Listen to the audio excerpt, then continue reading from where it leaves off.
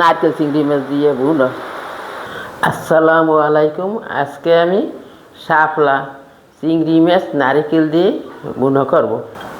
শাপলাটা আমি এখন কুটে নেব। অনেকে শাপলা কাটে কোটে করে, আমরা এইভাবে কুটি। এইভাবে টান দিলে এই আঁশটা ছড়িয়ে, এই আঁশটা ফেলাই এই ছিললে এইভাবে সব ই করে এইভাবে আমরা কুটে নিই।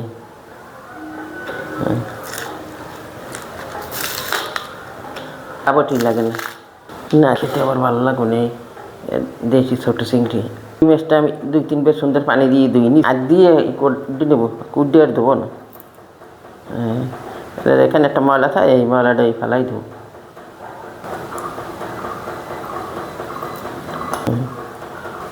এইভাবে আমি চিংড়ি মাছটা আমি কুটে নিছি। ফ্রাই প্যানে তেল দিয়ে, ইলিশ মাছ ভাজা তেল আছে, তেলটা আমি একটু 7টা দ্বিগুণ হইবে দিয়ে দেবো চিংড়ি মাছটা। 1 বছর আর পিছিয়ে কয়েকটা কাঁচামরিচ ভেজে নেব। যে কোনো দিন শাপলা খেতে চায় না, কেউ আঙ্গুল খেতে খেতে সেই এইভাবে রান্না করে। বেশি ভাজবো না, তাহলে মাছটা শক্ত হয়ে যাবে।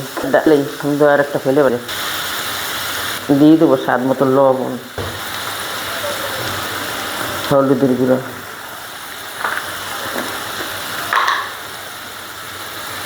সিম্পল একটা রান্না, মরিচের গুঁড়ো।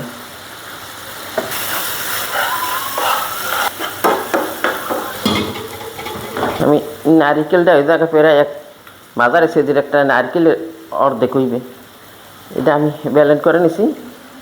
এটা এখন একসাথে কষাই সুন্দর একটা ফেলে বার হইবে। ভিতরে আছে না, মানে এই দেশেরই শাপলা শালুক জিলিকি জলে ভাসে, এই দেশেরই কলমি কলম কলক হয়ে হাসে। এই আমাদের মাতৃভূমি, জন্মভূমি বাংলাদেশ।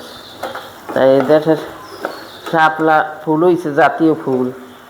আর শাপলাটাও যদি সেইভাবে রান্না করতে পারে, এটাও সেইভাবেই স্বাদ হয়। বাবা সুন্দর কষাই নিলে খেলেবারেই খাইতে মন চাইবে, যেন একটু খাই। এইভাবে মা দাদিরে রান্না করতো। আমরা তো ধরো এ জায়গায় চিংড়ি মাছ 200 গ্রামের মতন দিছি। একটা যদি চাই ফেরতো, তাই একটা চাইতে আধা কেজি, ওইতে 4-5টা শাপলা দিয়ে বুনো করতো নারকেল দিয়ে। তার অনেক কথাই বললে ফেলে গেল, তোমরা মনে কিছু করি না। সুন্দর একটা ফ্লেভার। এ দিয়েও যদি 1 চামচ নেয়, 1 প্লেট ভাত নিমিশে শেষ হয়ে দিয়ে দেবো শাপলা। অল্প সামান্য একটু পানি দিয়ে